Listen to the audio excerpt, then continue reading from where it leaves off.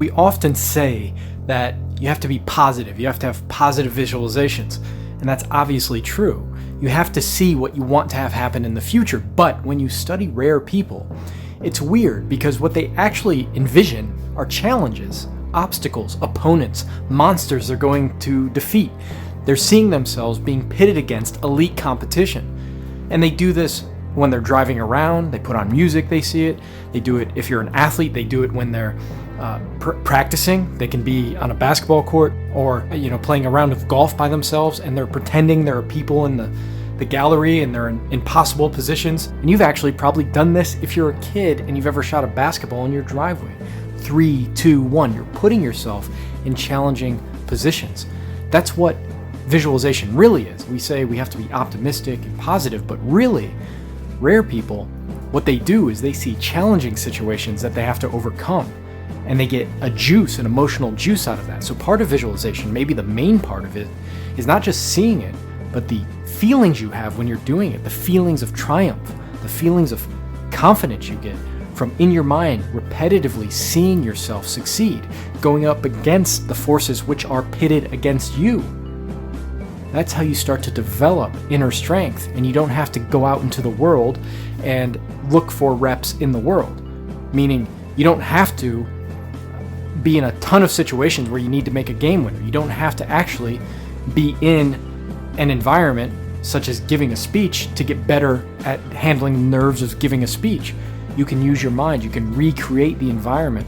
What you do is you put yourself in the middle of a struggle, a trauma, some sort of quagmire that you have to get out of. I mean, that's what rare people do. That's what successful people do. So they're really optimistic, but ironically, it's kind of like there's a negative aspect to their visualization. The negative aspect are those things which are going to attack you and come after you. You have to see that. And if you don't see that, you're just going to create an idyllic sort of fantasy where everything goes perfectly. Rares, successful people, they don't visualize utopia. They visualize the hero's journey. They visualize themselves in a struggle for success. And it's fun. That makes visualization more addictive. You become addicted to the feelings you get from visualization. And then you also get addicted to the results you see from the visualization, because you become what you visualize. You become what you see. So you step onto a stage to give a presentation, and you've done this in your mind, and you've got the reps, and you've seen an audience there in front, in your mind's eye. You've seen the audience, and you're not afraid of the audience anymore. I had a friend who was going to do a PhD defense, and you have to present your PhD thesis, and your professors attack and criticize and ask questions, and it can be really stressful. But he prepared himself by visualizing it and also rehearsing it. And when you're rehearsing, again, you can visualize the professors there. You can visualize the man or woman you're going to pitch your business idea to and see them being harsh with you.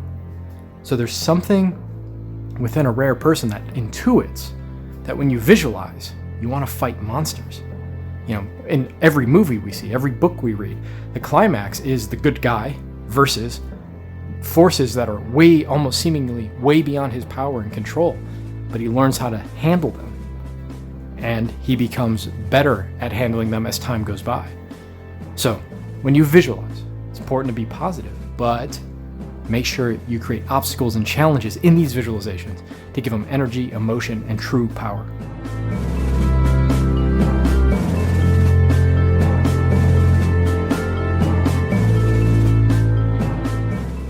Growing up, I was always interested in the mental game.